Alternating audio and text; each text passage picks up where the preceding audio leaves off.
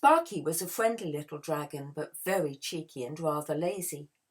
He always wanted to know why about everything, but he never stopped to actually listen to the answers.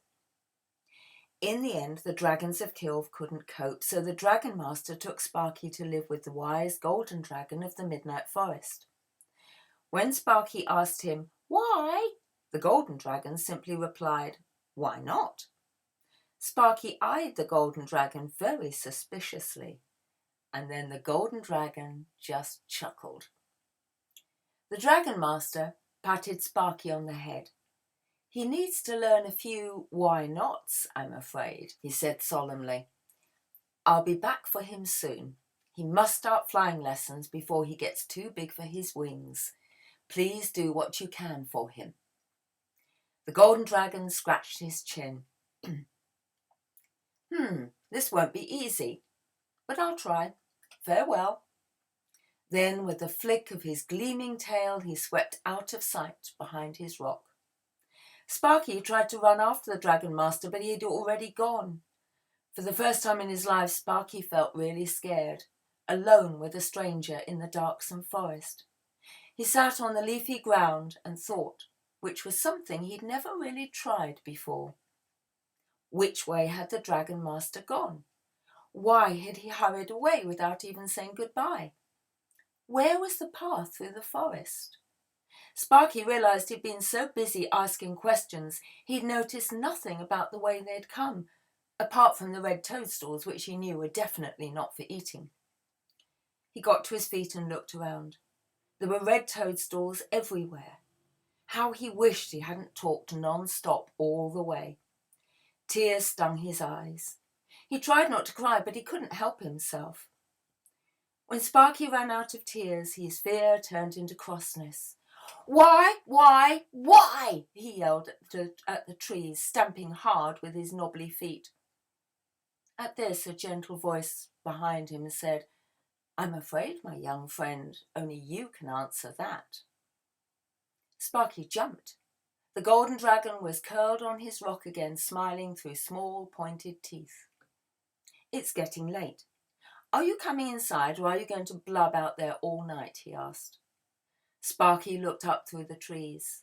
The sky was turning red. He didn't fancy being outside in the dark, surrounded by woods and all sorts of strange creatures.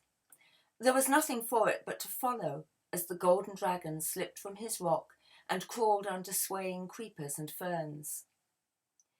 Inside the cave was cool and dark, but smaller than any of the dragon homes at Kilve. "Please get some wood from the pile at the back and light a fire," said the golden dragon. "Why should I?" Sparky pouted. The golden dragon shrugged. "You'll see why." Then he curled up on a wide rocky shelf and went to sleep. Sparky tried to do the same, but the night was cold and filled with strange sounds. The moon rose and wolves came sniffing at the cave mouth. Sparky blew a few short blasts of flame at the intruders, but without the space to beat his wings, he couldn't blow much. By dawn, a grey and exhausted young Sparky understood that a fire would have warmed him, as well as keeping the noisy neighbours away. "Time for breakfast," the golden dragon announced as he wandered into the morning sunlight and stretched his wings. Sparky looked enthusiastically around him for piles of fresh-caught fish, but there was nothing. "Excuse me," he asked as politely as possible, "but where is breakfast, please?" "In the woods, of course," the golden dragon replied, setting off between the trees at a brisk pace. Sparky had to trot hard to keep up. The forest was very dense and difficult for a large young dragon who was used to open spaces. Soon they came to a clearing, and there the golden dragon lay on his belly and signaled Sparky to do the same. As they watched, a family of rabbits came out to graze, and with a sudden flash of a claw, a young buck lay dead. Sparky watched in dumb amazement. The golden dragon began to gnaw the rabbit, and then he stopped and smiled at Sparky. "Aren't you going to catch one?" he asked. "I've never caught a rabbit before," he muttered. The truth was he'd never caught anything before. "Oh, it's quite easy," the golden dragon assured him. "The trick is in being so still they forget you're there, and then Zap! He's yours. Delicious. Then he added thoughtfully, but we won't take any more from this clearing. A few here and a few there. That's the rule. At last Sparky dared to ask, why? The golden dragon smiled. Because if we eat them all, it'll be a long time before there are any rabbits here again. I don't think I fancy rabbit. I think the fur might get stuck in my fangs. Of course, you're a sea dragon. There's a river nearby. Perhaps you fancy some fish.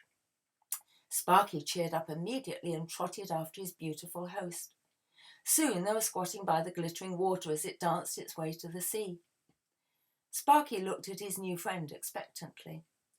Well, I'll leave you to it, shall I? The golden dragon smiled. Then he slid back into the dark shadows of the forest and was gone. Sparky looked into the water in dismay. He'd never caught a fish before, either. He stamped his foot. Why? It's just not fair, he screamed.